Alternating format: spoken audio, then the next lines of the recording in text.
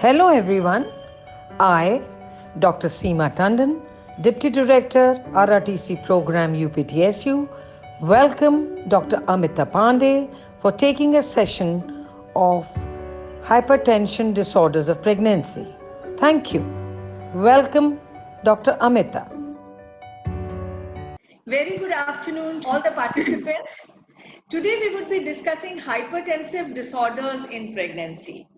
अब ये जो hypertensive disorders in pregnancy, this is, as you would all agree with me, a very important component of obstetrics, and it is actually a very important cause for maternal mortality, because as we know that almost 1/5 of all maternal death is due to hypertension in pregnancy. Even in India, if we see preeclampsia and eclampsia, which are important components of hypertensive disorders of pregnancy, are the leading cause of maternal death. And in India, the prevalence of hypertensive disorders in pregnancy is as high as 7 to 8%. So you can see that when we look at the other causes of maternal mortality, the highest cause of maternal mortality is because of hemorrhage, and second to hemorrhage is hypertensive disorder of pregnancy. So there is an enormous number of women who are dying because of hypertensive disorder of pregnancy. तो बहुत जरूरी है कि ये जो hypertensive disorder of pregnancy है उसको timely diagnose करना और timely इनको patients को manage करना and appropriately manage करना, जिससे कि ये mortality कम हो जाए, because most of these cases of maternal mortality due to hypertension are preventable. ये सब prevent हो सकती हैं अगर हम समय पर इसको diagnose करें और सही तरह से manage करें. अब ये जो hypertensive disorder of pregnancy है, ये बहुत fatal होता है. Mortality क्यों होती है? या तो एक्लेम्सिया से होती है, या हेल्थ सिंड्रोम से होती है, या पेशेंट्स जो है एक बार एक्लेम्सिया या सीवियर प्री एक्लेम्सिया में हो तो तुरंत पल्मोनरी एडिमा में चले जाते हैं, या स्ट्रोक और लेफ्ट वेंट्रिकुलर फेलियर हो जाता है. तो these are the common causes of death in these patients. की इटियोलॉजी जो है वो बहुत कॉम्प्लेक्स है, and not everything is clear about the aetiology of pre eclampsia. बस ये समझिए कि जो प्लासेंटा होता है वो एबनॉर्मल प्लासेंटेशन होता है प्री एक्लेम्सिया में, तो जिसकी वजह से ये ब्लड प्रेशर बढ़ा होता है. तो बहुत जरूरी है कि हम इसको डायग्नोज करना, टाइमली डायग्नोज करें. अब टाइमली डायग्नोज करने के लिए ये बहुत जरूरी है जानना कि ये जो पूरा स्पेक्ट्रम है ये क्या है. ये स्पेक्ट्रम कब हम कहेंगे कि प्रेग्नेंट पेशेंट को हाइपरटेंशन है. Unlike non pregnant women, pregnant women में अगर कभी भी ब्लड प्रेशर मोर देन और equal to 140/90 millimeters of mercury on 2 occasions 4 hours apart है, तब तो हम उसको हाइपरटेंशन कहेंगे. और प्रोटीन यूरिया जो इसका बहुत इंपॉर्टेंट कंपोनेंट है वो है कि अगर एक स्पॉट यूरिन में मोर देन 300 मिलीग्राम और 24 आवर्स में 1 ग्राम से ज्यादा प्रोटीन है तो हम उसको प्रोटीन यूरिया कहेंगे. ठीक है, तो ये तो हाइपरटेंशन इन प्रेगनेंसी के लिए जो क्राइटेरिया हम फॉलो कर रहे हैं. अब अगर ये हाइपरटेंशन हमारा 20 वीक्स ऑफ जेस्टेशन के पहले हो रहा है, ठीक, तो हम उसको कहते हैं क्रॉनिक हाइपरटेंशन.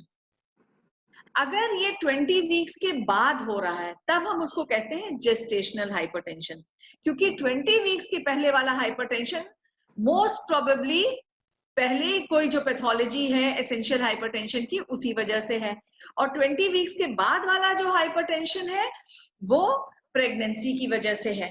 ठीक, अब ये जो 20 वीक्स के पहले है, it could be either chronic hypertension जिसके साथ प्रोटीन यूरिया हो भी सकता है या नहीं भी हो सकता है. ठीक है, और 20 वीक्स के बाद जो है जो जेस्टेशन होता है वो जेस्टेशनल हाइपरटेंशन, वो हाइपरटेंशन या तो विदाउट प्रोटीन यूरिया होगा जब हम उसको सिर्फ जेस्टेशनल हाइपरटेंशन कहते हैं, या जब उसमें प्रोटीन यूरिया भी हो जाता है तब हम उसको प्री एक्लेम्सिया कहते हैं. अब ये प्री एक्लेम्सिया जो है ये नॉन सीवियर या माइल्ड और सीवियर दो कैटेगरी का होता है, और जब इसमें हमारे फिट्स भी आ जाते हैं तो इसको हम एक्लेम्सिया कहते हैं. ठीक, तो बहुत जरूरी है डायग्नोसिस और क्या ये क्लासिफिकेशन ध्यान रखना। 20 वीक्स के पहले तो क्रॉनिक हाइपरटेंशन, 20 वीक्स के बाद तो जेस्टेशनल हाइपरटेंशन। जो जेस्टेशनल हाइपरटेंशन है उसमें अगर प्रोटीन यूरिया नहीं है तो सिर्फ जेस्टेशनल हाइपरटेंशन है, अगर प्रोटीन यूरिया भी हो गया है तो प्री एक्लेम्सिया है, और अगर फिट्स आ गई तो एक्लेम्सिया। अब प्री एक्लेम्सिया जो है वो बहुत ही मेजर एक एंटिटी है, क्योंकि ये माइल्ड प्री एक्लेम्सिया या नॉन सीवियर प्री एक्लेम्सिया और सीवियर में हम डिवाइड करते हैं। ब्लड प्रेशर की रिक्वायरमेंट हाइपरटेंशन कहने के लिए मोर देन इक्वल टू 140/90 है, लेकिन प्री एक्लेम्सिया में अगर ब्लड प्रेशर मोर देन और इक्वल टू 140/90 है टिल 160/110 millimeters of mercury, तब हम उसको non severe pre eclampsia, 110 millimeters mercury है तब हम उसको सीवियर प्री एक्लेम्सिया कहते हैं। This is clear.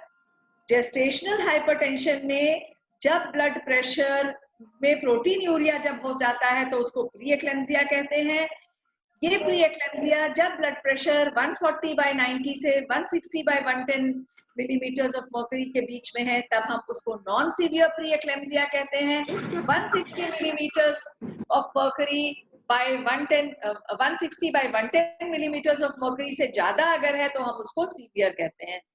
अब एक कैच और है, हम कह रहे हैं कि जेस्टेशनल हाइपरटेंशन में प्रोटीन यूरिया हो तो प्री एक्लेम्सिया होता है, लेकिन कभी कभी अगर ब्लड प्रेशर बहुत बढ़ा है या कोई और साइंस ऑफ सीवियरिटी है या लैब इन्वेस्टिगेशन ऑफ सीवियरिटी है तो भी हम उसको सीवियर प्री एक्लेम्सिया कहते हैं। अब ये क्या है signs of severity? This is अगर पेशेंट को हेडेक हो रहा है, अगर पेशेंट को ब्लरिंग ऑफ विजन हो रहा है, अगर पेशेंट को acute abdomen pain in epigastric region हो रहा है, या पेशेंट को डिक्रीज यूरिन आउटपुट हो रहा है, या पेशेंट को बहुत जबरदस्त पीडल एडिमा हो रहा है, ये सारे कंडीशंस अगर हैं तो हम उसको कहेंगे सीवियर प्री एक्लेम्सिया, चाहे प्रोटीन यूरिया हो या ना हो।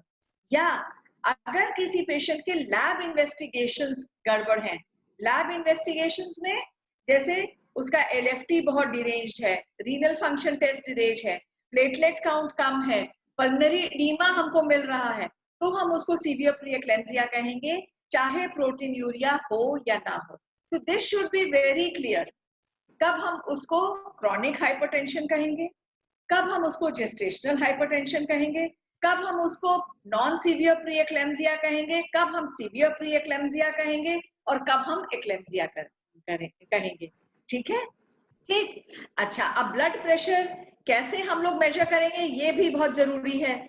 ये जो ब्लड प्रेशर होता है वो सिटिंग पोजीशन में मेजर होना चाहिए with the arm at the level of the heart और supported with the elbow resting on the table. ठीक, और 2 ओकेजन पे ब्लड प्रेशर होना चाहिए एटलीस्ट 4 आवर्स अपार्ट। और जो कट ऑफ है ब्लड प्रेशर का वो 140/90 मिलीमीटर्स ऑफ मर्करी है, और अगर मोर देन 160/110 है तो हम सीवियर प्री एक्लेम्सिया कहेंगे। और ये जो ब्लड प्रेशर है इसमें जो डायस्टोलिक ब्लड प्रेशर है वो ज्यादा सिग्निफिकेंट है, क्योंकि सिस्टोलिक ब्लड प्रेशर तो is affected by posture and excitement, but diastolic blood pressure अगर बहुत बढ़ा हुआ है तो ये खतरे की बात है। फीचर्स ऑफ सीवियरिटी हमने कहा था कि प्री एक्लेम्सिया में अगर ब्लड प्रेशर बढ़ा है और साथ में symptoms and lab test of severity है तो हम उसको सीवियर प्री एक्लेम्सिया कहेंगे। तो सिम्टम्स हम लोगों ने डिस्कस किया, headache, blurring of vision, then सांस लेने में डिफिकल्टी अगर है, signs of pulmonary oedema, creps हमको मिल रहे हैं, severe pain in upper abdomen और डिक्रीज यूरिन आउटपुट। तो ये तो साइंस हो गए।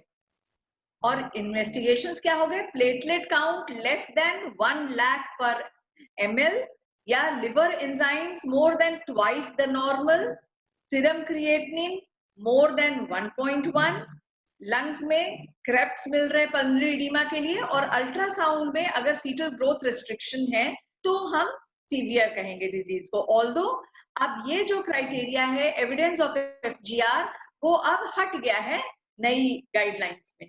ठीक, तो ये हम लोगों ने देखा कि क्लिनिकल प्रेजेंटेशन हमारी पेशेंट की हो सकती है या तो less than 20 weeks pregnancy with systolic with raised blood pressure, या more than 20 weeks pregnancy with just raised blood pressure, या more than 20 weeks pregnancy with raised blood pressure with proteinuria, या more than 20 weeks pregnancy with very raised blood pressure with symptoms of severity, या patient present करेगी more than 20 weeks pregnancy with raised blood pressure with symptoms of severity and with fits, जो हम eclampsia कहेंगे। तो ये पूरा spectrum है जिसमें से कुछ भी हमें मिल सकता है।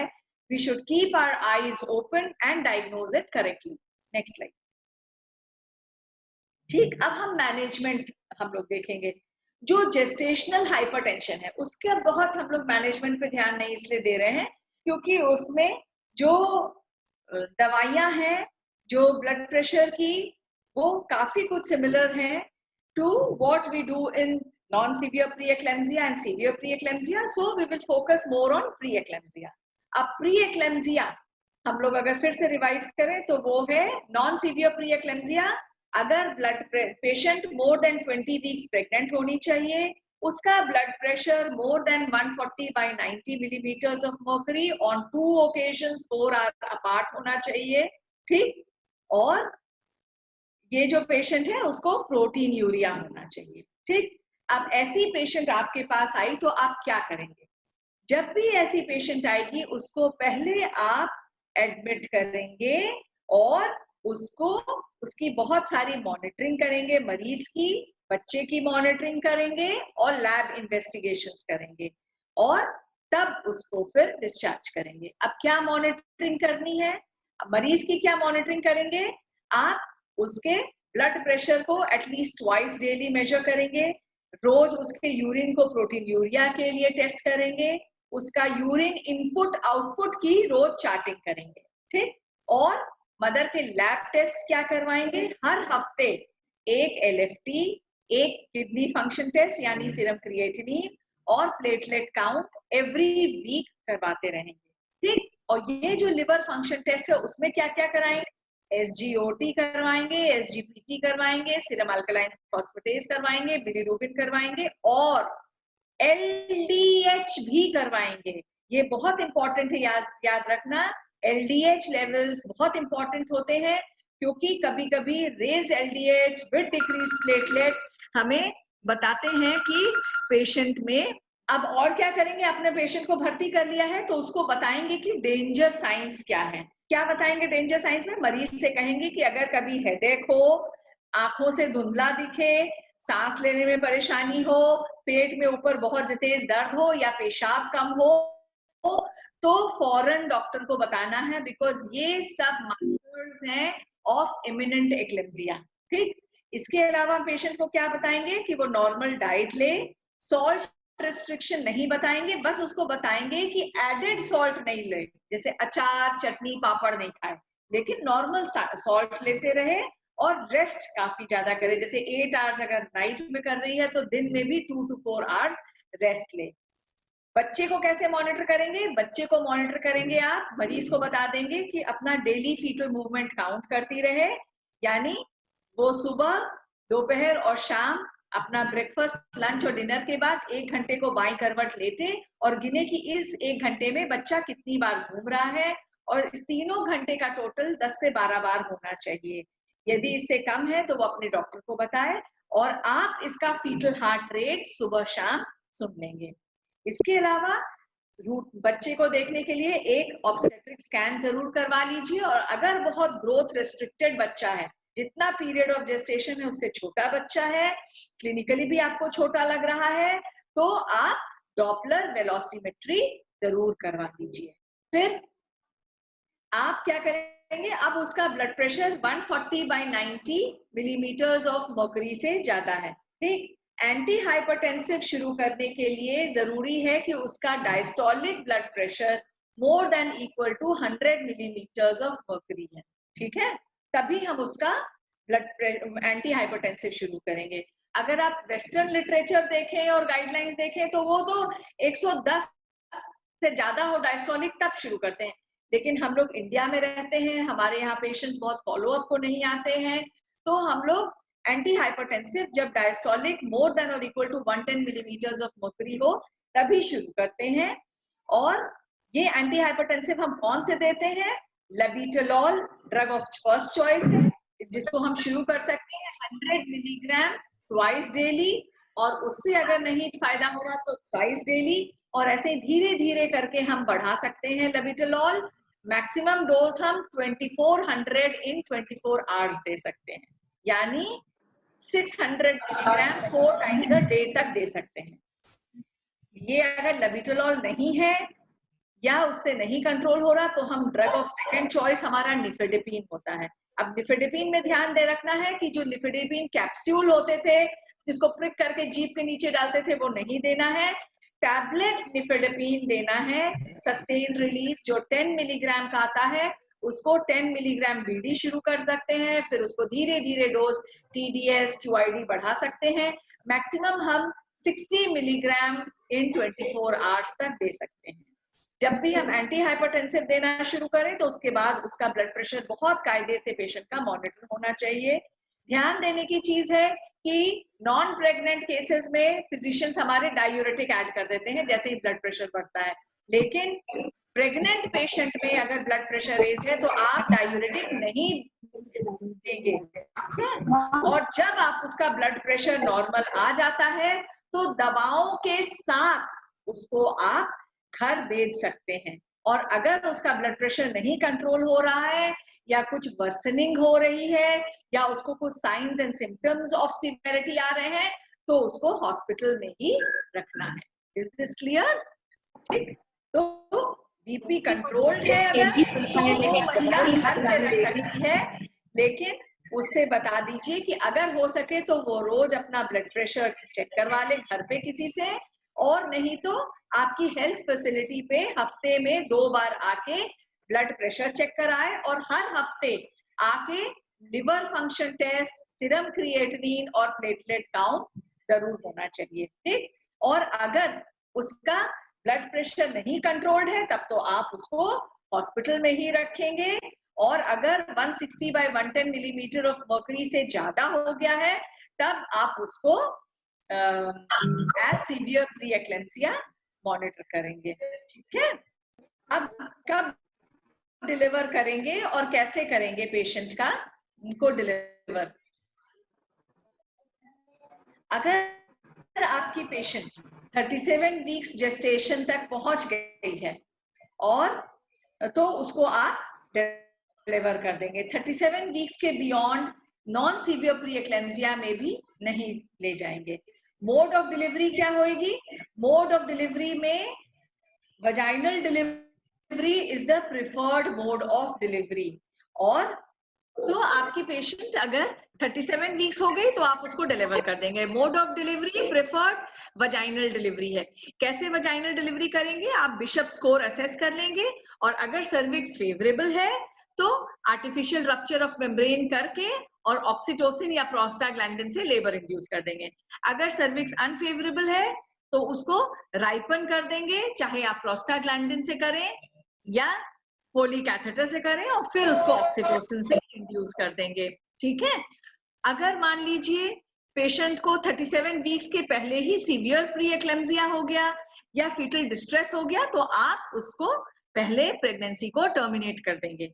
सिजेरियन सेक्शन केवल ऑब्स्टेट्रिक इंडिकेशन के लिए करेंगे, जैसे अगर ट्रांसवर्स लाई है या प्लासेंटा प्रीविया है, प्रीवियस टू सिजेरियन है, फीटल डिस्ट्रेस है, ये सारे ऑब्स्टेट्रिक इंडिकेशन अगर हैं तभी सिजेरियन सेक्शन करेंगे। Next slide.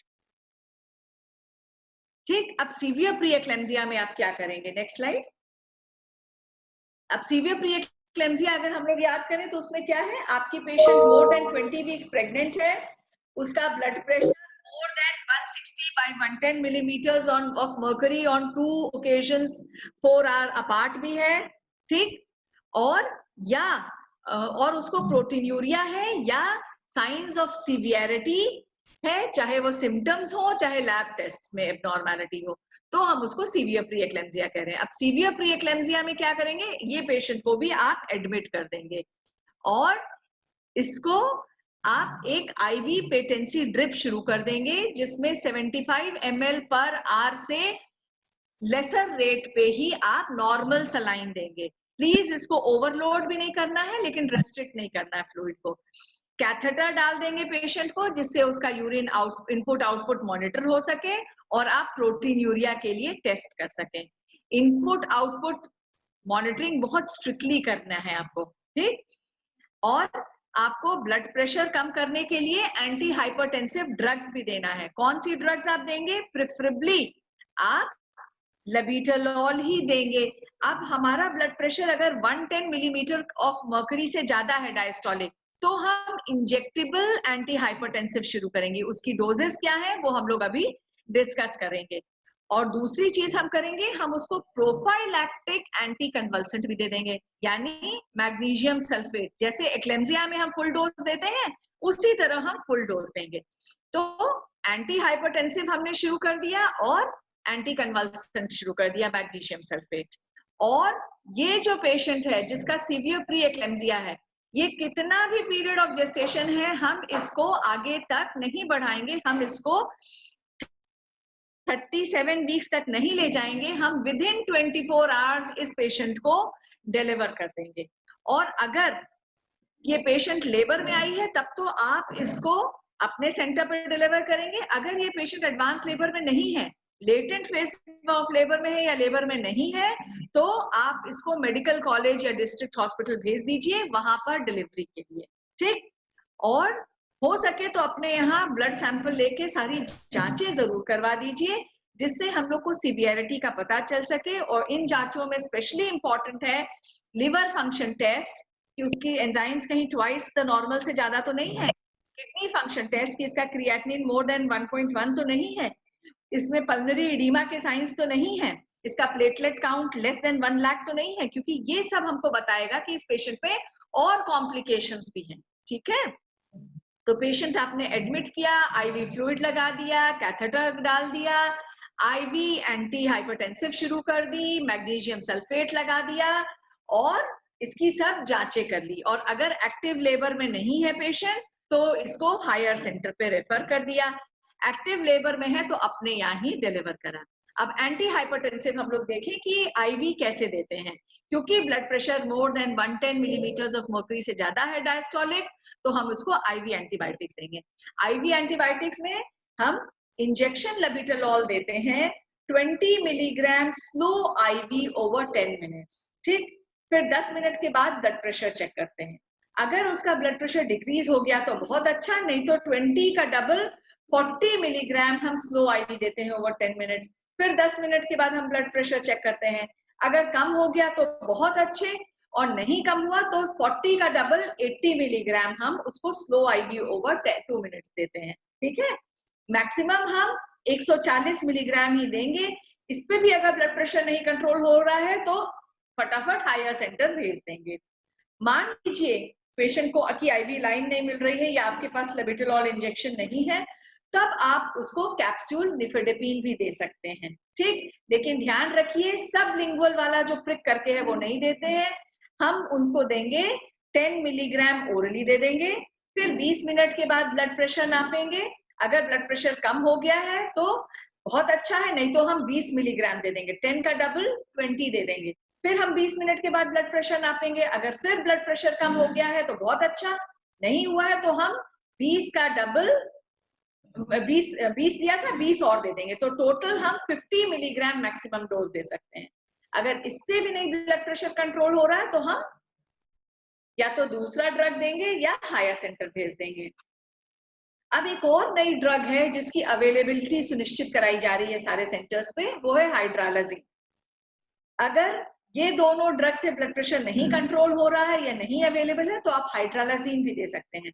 हाइड्रालाजीन कैसे देना है? 5 to 10 मिलीग्राम स्लो आईवी आप देंगे ओवर 2 मिनट्स। और अगर 20 मिनट्स में फिर ब्लड प्रेशर देंगे, ब्लड प्रेशर नहीं कंट्रोल्ड है तो आप 20 मिलीग्राम देंगे स्लो आईवी। और अगर फिर भी नहीं कंट्रोल्ड है तो आप अपने फिजिशियन से बात करेंगे या उसको हायर सेंटर पे रेफर कर देंगे, ठीक।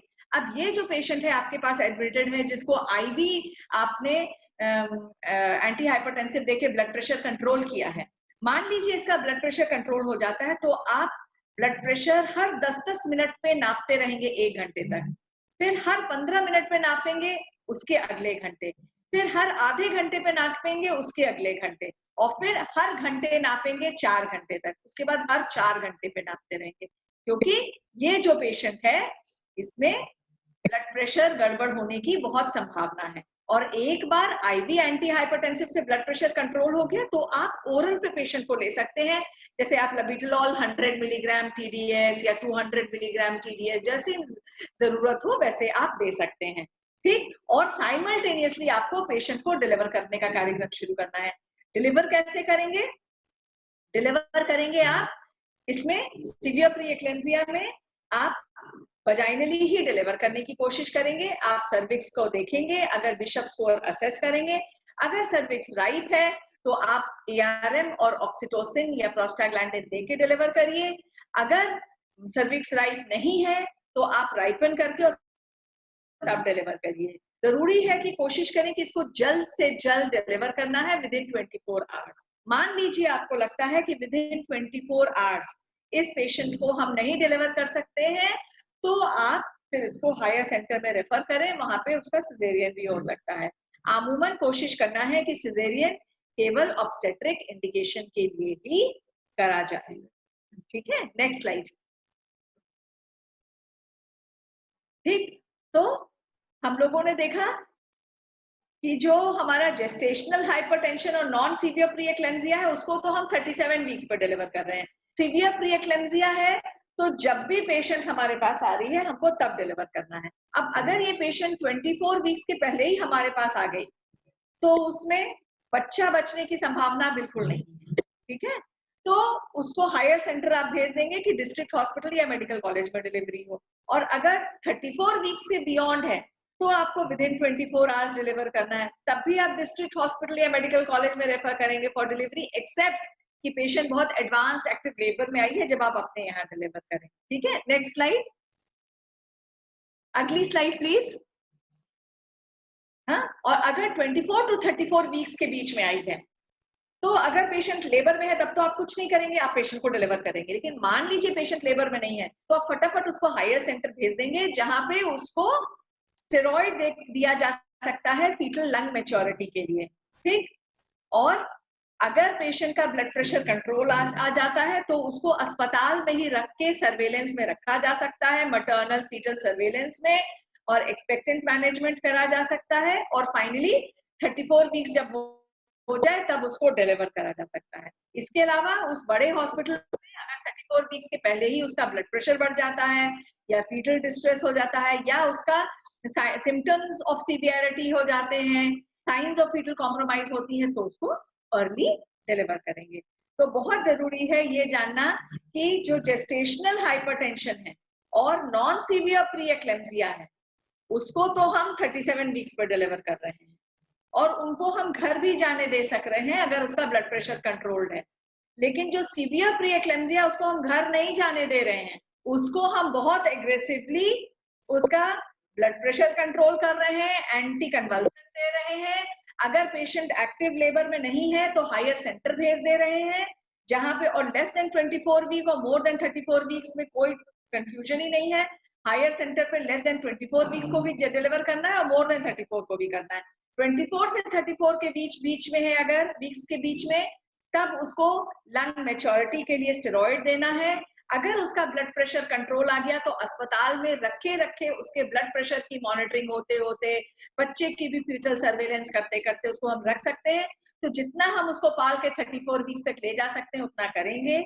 इस बीच अगर कभी भी उसका ब्लड प्रेशर बढ़ता है, कभी भी उसका फीटल कॉम्प्रोमाइज होता है यानी फीटल डिस्ट्रेस हो रहा है, ये बच्चे को ब्लड फ्लो नहीं मिल रहा है, या मरीज को कोई प्रॉब्लम हो रही है जैसे हेडेक, ब्लरिंग ऑफ विजन या कोई सिम्टम्स ऑफ सीवियरिटी, तो तुरंत उसकी डिलीवरी कर देनी है। और मोड ऑफ डिलीवरी हमेशा वजाइनल ही कोशिश करना है, अनलेस की कोई ऑब्स्टेट्रिक इंडिकेशन है या आपको लग रहा है कि मदर की कंडीशन बहुत गड़बड़ हो रही है और या इंडक्शन फेल हो गया है, तब हम सिजेरियन करेंगे। तो इस चार्ट में देखिए कि सिजेरियन हम तभी करेंगे अगर मदर की कंडीशन डिटेरियोरेट कर रही है, बच्चे की एडवर्स कंडीशन है जैसे फीटल डिस्ट्रेस हो गया, या इंडक्शन जो हम कर रहे हैं वो फेल कर गया, या obstetric indication like placenta praevia, previous to caesarean, transverse like, ये सारी चीजें। ठीक है, ठीक।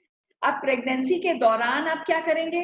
प्रेगनेंसी के दौरान बहुत अलर्ट रहेंगे कि ब्लड प्रेशर उसका समय समय पर मेजर होता रहे। तो नॉन सीवियर अगर प्री एक्लेम्सिया है तो ब्लड प्रेशर उसका हर एक घंटे पे होना चाहिए, ठीक। लेकिन सीवियर प्री एक्लेम्सिया अगर है तो हर आधे घंटे पे या कंटिन्यूअस मॉनिटरिंग, एक मॉनिटर लगा के उसका ब्लड प्रेशर नपना चाहिए। नॉन सीवियर प्री एक्लेम्सिया है तो फर्स्ट स्टेज में पेशेंट को लिटा के बिस्तर पर दे रखेंगे, कुछ सेडेटिव दे देंगे, अगर फैसिलिटी है एपिड्यूरल एनाल्जेसिया दे देंगे, ब्लड प्रेशर कंट्रोल करने के लिए एंटी हाइपरटेंसिव देते रहेंगे, यूरिन आउटपुट बहुत अच्छे से मॉनिटर करते रहेंगे। ठीक है, सीवियर प्री एक्लेम्सिया में क्या करेंगे? ये सारी चीजें करेंगे, साथ में प्रोफाइलैक्टिक मैग्नीशियम सल्फेट भी चलेगा, इनपुट आउटपुट मॉनिटरिंग बहुत अच्छे से चलेगी, और कैथेटर प्रेफरेबली हम डाल देंगे, और मदर को पल्स ऑक्सीमीटर भी लगा देंगे, और बच्चे के लिए अगर हो सके तो कंटिन्यूअस फीटल हार्ट मॉनिटरिंग करेंगे। ठीक। सेकेंड स्टेज में क्या करेंगे? दोनों में सेकेंड स्टेज में we have to cut short the second stage of labour. ठीक, दोनों में थर्ड स्टेज में active management of third stage करेंगे, और कोई मिथाइल एर्गोमेट्रिन, मिथर्जिन नहीं देंगे। ठीक है, और उसके बाद ब्लड लॉस के लिए बहुत केयरफुल होंगे, क्योंकि ये जो पेशेंट्स हैं इसमें इंट्रावास्कुलर कंपार्टमेंट बहुत कंप्रोमाइज होता है, बहुत छोटा रहता है, तो अगर थोड़ा भी ब्लड लॉस होता है तो ये पेशेंट सडन हाइपोटेंशन में जाते हैं। ठीक, तो ब्लड प्रेशर बहुत अच्छे से आप मॉनिटर करेंगे, और ब्लड लॉस बहुत अच्छे से मॉनिटर करते रहेंगे ड्यूरिंग डिलीवरी। अब हम आ जाते हैं एक्लेम्सिया। एक्लेम्सिया में क्या हो रहा था? एक्लेम्सिया में हमारी patient more than 20 weeks of pregnancy थी, जिसका ब्लड प्रेशर मोर देन और equal to 140/90 millimetres of mercury था, जिसको प्रोटीनूरिया भी था, जिसको फिट्स आ रहे हैं।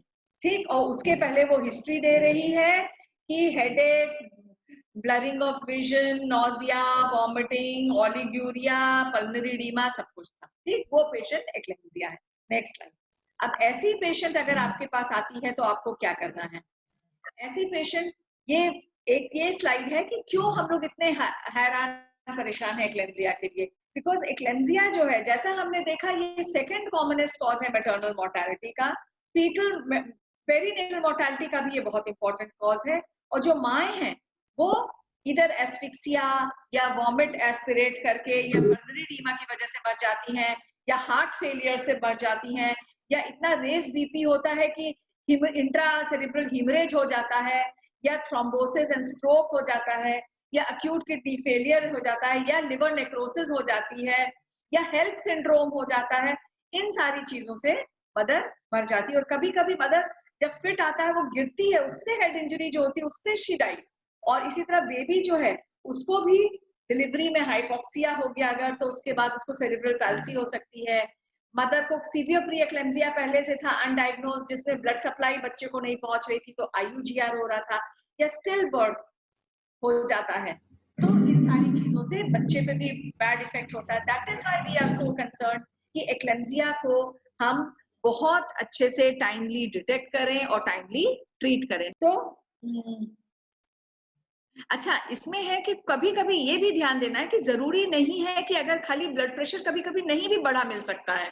तो अगर कोई भी पेशेंट अगर फिट करके आ रही है in pregnancy, it has to be considered as eclampsia unless proved otherwise.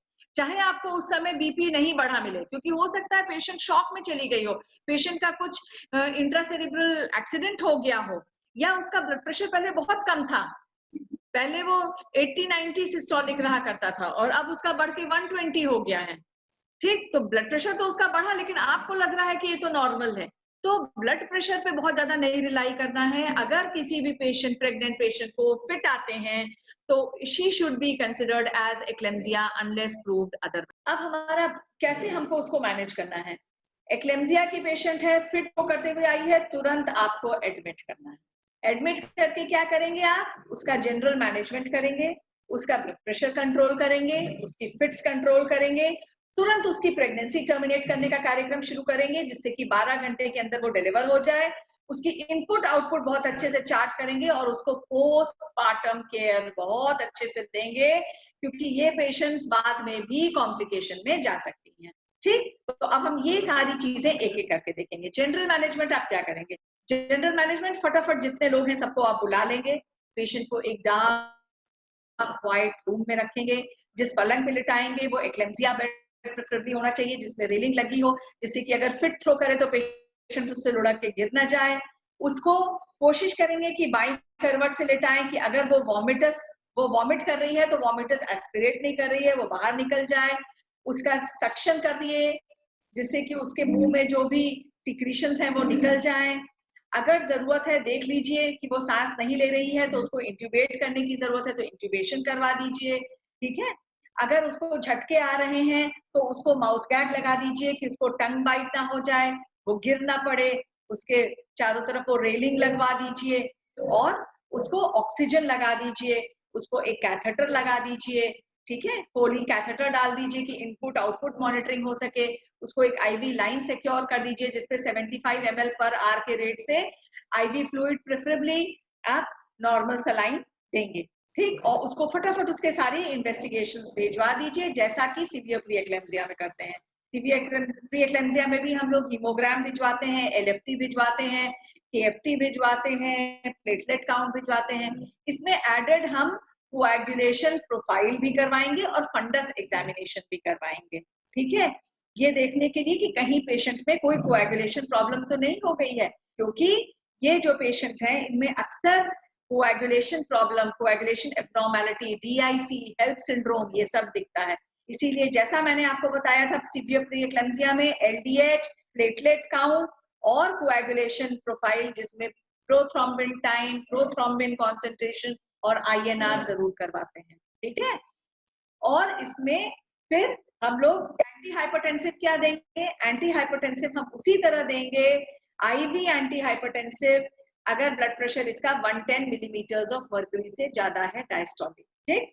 तो देख लीजिए, हो सकता है आपकी मरीज में ब्लड प्रेशर बढ़ा हो सकता है नहीं हो। अगर diastolic blood pressure more than और equal to 110 millimetres of mercury है, प्लीज उसको आईवी एंटी हाइपरटेंसिव दे दीजिए जैसा सीवियर प्री एक्लेम्सिया में बताया गया था। ड्रग ऑफ चॉइस आपके पास है लेविटोलॉल, निफेडेपिन और हाइड्रालाजीन, जो अवेलेबल है प्लीज देख लीजिए। एंटी कन्वल्सेंट इसमें सीवियर प्री एक्लेम्सिया में भी आपने मैक्सल्फ लगाया था, उसी तरह से लगाएंगे। ये हम लोग अभी बहुत डिटेल में डिस्कस कर देते हैं। ये तो थेराप्यूटिक है, इसमें प्रोफाइलैक्टिक नहीं है, ये थेराप्यूटिक है क्योंकि पेशेंट को फिट्स आ रहे हैं। अब कैसे लगाएंगे आप मैग्नीशियम सल्फेट? मरीज को लोडिंग डोज लगेगी और मेंटेनेंस डोज लगेगी। आते ही आप लोडिंग डोज लगाएंगे। लोडिंग डोज में 14 ग्राम लगाते हैं, प्लीज ध्यान दें, 14 ग्राम नॉट 14 मिलीग्राम। अब ये जो इंजेक्शन है ये कैसे आता है? ये 50% के सोल्यूशन में आता है और 2 ml का एक एम्प्यूल होता है, तो एक एम्प्यूल में 2 ml 50% सोल्यूशन है, यानी एक एम्प्यूल में 1 ग्राम मैग्नीशियम सल्फेट होता है। तो जो लोडिंग डोज है उसमें 14 एम्प्यूल्स आपको लगाने हैं। कैसे लगाएंगे आप? पहले जो 4 एम्प्यूल हैं उसको एक 20 ml की सिरिंज में भर लीजिए, ठीक। 4 एम्प्यूल्स तो 8 ml हो गया, उसको 12 ml डिस्टिल्ड वाटर या नॉर्मल सलाइन से डाइल्यूट कर लीजिए, पूरे 20 ml बन गए। अब इसको आप very slow IV over 5 minutes patient को लगाइए। ध्यान दीजिए, बहुत स्लो आईवी लगाना है, बहुत रैपिड लगाने से patient cardiac arrest, respiratory arrest में चली जाती है। तो मैग्नीशियम सल्फेट बहुत स्लोली आपने 4 ग्राम तो आईवी लगा दिया। अब 5-5 ग्राम उसके दोनों बटक्स में आईएम आप लगाएंगे। 5 ग्राम्स को पहले 5 एम्प्यूल को 10 ml की एक सिरिंज में भर लें, बाकी के 5 एम्प्यूल को 10 ml की दूसरी सिरिंज में भर लें। इस सिरिंज में फिर 1 ml 2% जाइलोकेन विदाउट एड्रेनलिन भर लें, ठीक। क्योंकि ये 10 ml का इंट्रामस्कुलर इंजेक्शन लगा रहे हैं, ये बड़ा पेनफुल होता है, इसलिए हम जाइलोकेन भरते हैं, ठीक। और उसके बाद उसको ग्लूटियल रीजन में अपर आउटर क्वाड्रेंट में डीप इंट्रामस्कुलर वो इंजेक्शन आपको लगाना है, ठीक है, दोनों तरफ लगा देंगे 5-5 ग्राम। तो टोटल हमने दिए 14 ग्राम का लोडिंग डोज। इसके बाद हम 4 घंटे पे इसको मेंटेनेंस डोज देंगे, लेकिन मेंटेनेंस डोज लगने के पहले हम उसको मॉनिटर करेंगे। क्या मॉनिटर करेंगे? उसका रेस्पिरेटरी रेट मॉनिटर करेंगे, उसका यूरिन आउटपुट मॉनिटर करेंगे और उसके डीप टेंडन जर्क्स मॉनिटर करेंगे। रेस्पिरेटरी रेट क्यों मॉनिटर करेंगे? क्योंकि मैग्नीशियम सल्फेट का काम ही होता है वो कि वो उसकी रेस्पिरेटरी डिप्रेशन हो जाए। तो रेस्पिरेटरी रेट मिनिमम उसका 16 पर मिनट होना चाहिए। अगर उससे कम है तो हम मेंटेनेंस डोज नहीं लगाएंगे। यूरिन आउटपुट क्यों मॉनिटर करेंगे? क्योंकि मैग्नीशियम सल्फेट क्लियर होता है किडनी के रास्ते। तो जिस पेशेंट का यूरिन आउटपुट कम है तो इसका मतलब मैग्नीशियम क्लियर नहीं होगा, तो मैग्नीशियम टॉक्सिसिटी हो जाएगी। ठीक, कितना होना चाहिए यूरिन आउटपुट? पिछले 4 घंटे में कम से कम 100 ml होना चाहिए या 30 ml पर आवर होना चाहिए, तभी हम उसको मेंटेनेंस डोज लगाएंगे। फिर तीसरी चीज हम क्या देखेंगे? तीसरी चीज हम देखेंगे उसके डीप टेंडन जर्क्स, कि उसके डीप टेंडन जर्क्स हैं या नहीं प्रेजेंट है। अगर जर्क्स नहीं प्रेजेंट है, ठीक है, तो हम उसको मेंटेनेंस डोज नहीं देंगे, क्योंकि इसका मतलब कि मैग्नीशियम सल्फेट टॉक्सिसिटी सेट इन हो रही। ठीक, अब हमने देख लिया अगर हमारे उसका रेस्पिरेटरी रेट 16 से ज्यादा है, उसका यूरिन आउटपुट भी 100 से ज्यादा है, डीप टेंडन जर्क्स भी प्रेजेंट है, तब हम उसको मेंटेनेंस डोज देंगे। मेंटेनेंस डोज हम उसको कितना देंगे? 5 ग्राम इन अ बटक। तो 4 घंटे के बाद एक बार हम 5 ग्राम राइट बटक में देंगे, फिर उसके 4 घंटे के बाद हम 5 ग्राम लेफ्ट बटक में देंगे। ऐसे हम ऑल्टरनेट बटक्स में देते जाएंगे। और हर बार जब हम मेंटेनेंस डोज देंगे तो हम देखेंगे respiratory rate, urine output in the last 4 hours और डीप टेंडन जर्क्स, और तभी हम देंगे। ठीक, अब कभी कभी क्या होता है, अगर ये पेशेंट का फिट हमने लोडिंग डोज लगाया, ठीक है, 14 ग्राम का, और तब भी उसको फिट आते ही जा रहा है, उसका फिट नहीं रुका, तो हम उसको एडिशनल डोज देंगे। अब ये एडिशनल डोज कितना है? एडिशनल डोज है हम उसको 2 ग्राम यानी 2 एम्प्यूल को हम 10 ml में लोड कर लिए, ठीक है, तो 4 ml हो गया और 6 ml नॉर्मल सलाइन लगा दिए और उसको स्लो आईवी लगा देंगे। ये एडिशनल डोज हम देंगे। ठीक, अब हम कब तक इसको मैग्नीशियम सल्फेट लगाते रहेंगे? 24 आवर्स आफ्टर लास्ट फिट और डिलीवरी, whichever occurs later।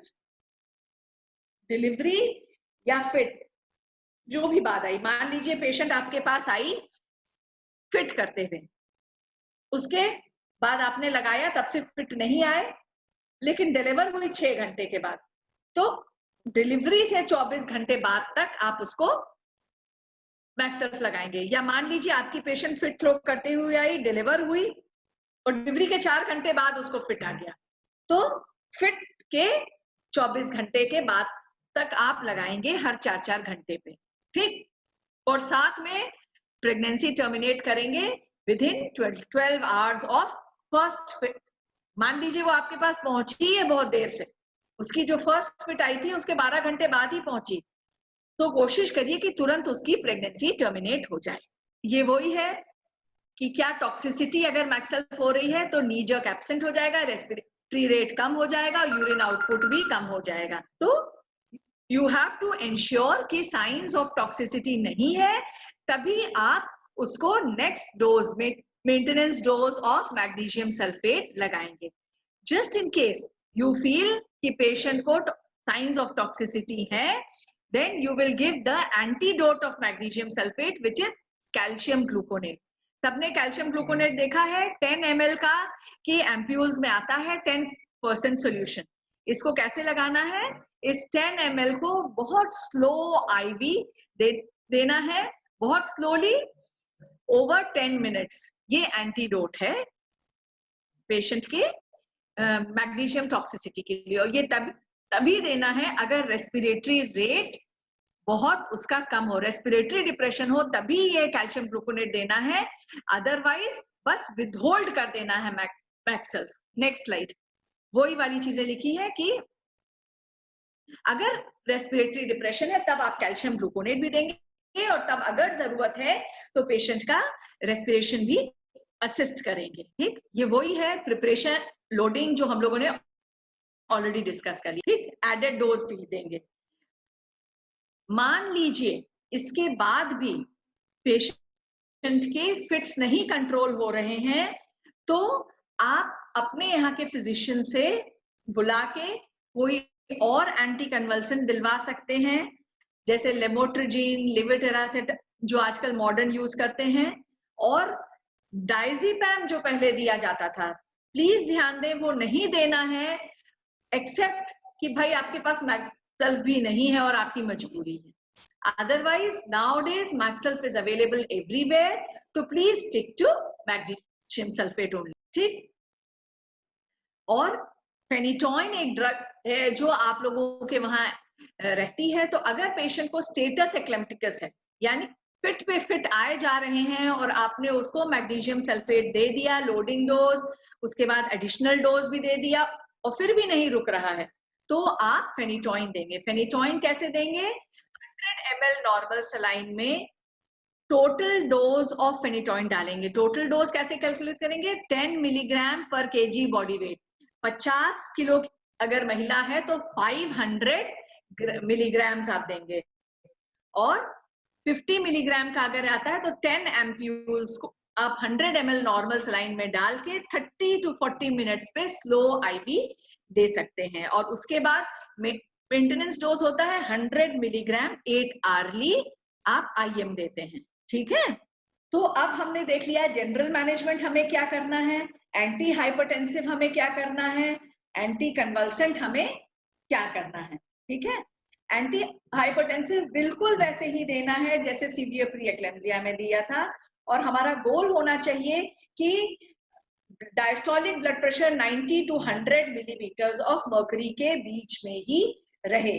ठीक, और सिस्टोलिक 135 से ज्यादा ना हो, और उसके लिए हम पहले आईवी लेबिटलॉल से यूज देना चाहिए। अगर आईवी लेबिटलॉल नहीं है तो आप निफेडिपिन दे सकते हैं। उसके बाद मेंटेनेंस के लिए टैबलेट लेबिटलॉल एंड निफेडिपिन दे सकते हैं, जैसे सीवियर प्री-एक्लेम्सिया में किया। तो टारगेट ब्लड प्रेशर ध्यान दीजिए, सिस्टोलिक के टारगेट्स हैं हमारे 130 to 150 मिलीमीटर्स ऑफ मर्करी और डायस्टोलिक का 80 to 100 मिलीमीटर ऑफ मर्करी। ठीक, और बहुत सडन और fast decrease in blood pressure जो और बहुत सीवियर नहीं हम चाहते हैं, क्योंकि उससे एग्रेसिव थेरेपी सेरेब्रल इस्कीमिया या मायोकार्डियल इस्कीमिया भी होने की संभावना होती है। ये जो प्रोटोकॉल है ये बिल्कुल वैसे ही है जैसा हम लोगों ने सीवियर प्री-एक्लेम्सिया में लिया। लेबिटलॉल हमको अगर देना है तो हम 20 मिलीग्राम देंगे आईवी, उससे नहीं हुआ तो 40 देंगे, उससे भी नहीं हुआ तो 80 देंगे। निफेडिपिन पहले हम 10 देंगे, फिर 20 देंगे, फिर 20 देंगे, और इन सब से अगर नहीं हो पा रहा तो हाइड्रालाजीन दे सकते हैं। ठीक, और एक बार ब्लड प्रेशर कंट्रोल हो गया, डायस्टोलिक हमारा कम हो गया, सिस्टोलिक कम हो गया, तो हम उसको टैबलेट पे दे देते हैं। अब बच्चे की मॉनिटरिंग भी हमको करनी है। बच्चे की मॉनिटरिंग में आप तुरंत फीटल हार्ट सुनेंगे। अगर फीटल ब्रैडीकार्डिया है,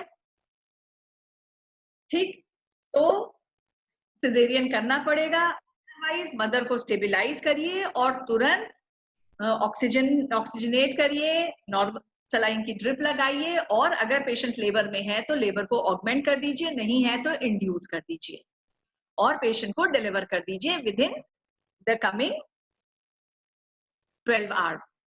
अब क्या क्या इंडिकेशन है इमीडिएट डिलीवरी के?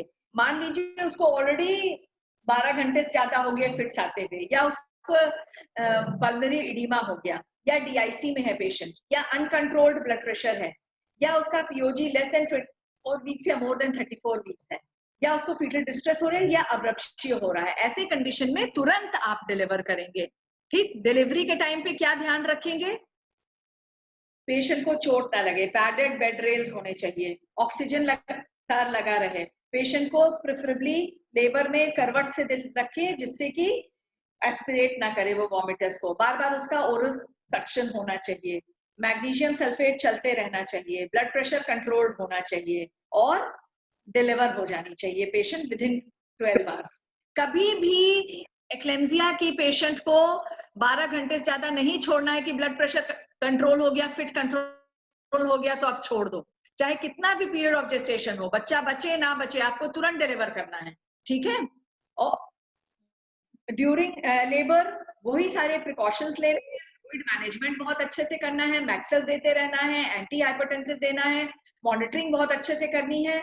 Cutting, you have to cut short the second stage of labour, third stage में AMTSL करना है, और अर्गोमेट्रिन या मिथर्जिन नहीं देना है, और PPH के लिए मॉनिटर करना है। पेशेंट का ब्लड प्रेशर बहुत मॉनिटर अच्छे से करेंगे। तो PPH के लिए अगर जरा भी ब्लड लॉस ज्यादा हो रहा है तो you have to be very careful, और तुरंत उसका एग्रेसिव मैनेजमेंट ऑफ PPH होना है, क्योंकि ये पेशेंट नहीं तो फिर शॉक में चले जाए। अगर आपको सिजेरियन करने की जरूरत है तो स्पाइनल एनेस्थीसिया सेफ है, बेस्ट तो है एपिड्यूरल अगर हो जाए, लेकिन नहीं आपके एनेस्थेटिस्ट दे सक रहे हैं तो even spinal anaesthesia is safe. General anaesthesia में थोड़ा रिस्क होता है, और मैग्नीशियम सल्फेट अगर लेबर में पेशेंट है या सिजेरियन के बाद भी आप 4 घंटे हो जाए तो आप फिर से लगाएंगे, ठीक है। पोस्टमार्टम पीरियड भी इन पेशेंट्स का बहुत ही डिफिकल्ट होता है। तो एक तो उनका ब्लड प्रेशर बहुत अच्छे से मॉनिटर होना चाहिए, इनको PPH के लिए आप मॉनिटर करते रहिए, और एंटी हाइपरटेंसिव निफेडेपिन या लेबिटोलॉल जो भी आपको, ये दोनों प्रिफर्ड हैं, जो अवेलेबल है वो प्लीज देते रहिए। अल्फा मिथाइल डोपा नहीं देना है। स्ट्रिक्ट ब्लड प्रेशर मॉनिटरिंग होनी चाहिए। पेशेंट से हिस्ट्री भी, डेंजर साइंस एक्सप्लेन कर दीजिए। अगर उसको new onset headache, blurring of vision, chest pain, pain in abdomen हो रहा है, या यूरिन आउटपुट कम हो रहा है, तो आप इस पे बहुत ध्यान देने की बात है ये। और एक बार उसका ब्लड प्रेशर बिल्कुल नॉर्मल आ जाता है तब आप उसको तभी डिस्चार्ज करिए। कोई उसको एनसेड्स नहीं देना होता है, और इस पेशेंट को आगे भी आपको काउंसिल करना है कि उसको लाइफ लॉन्ग सर्वेलेंस में रहना है।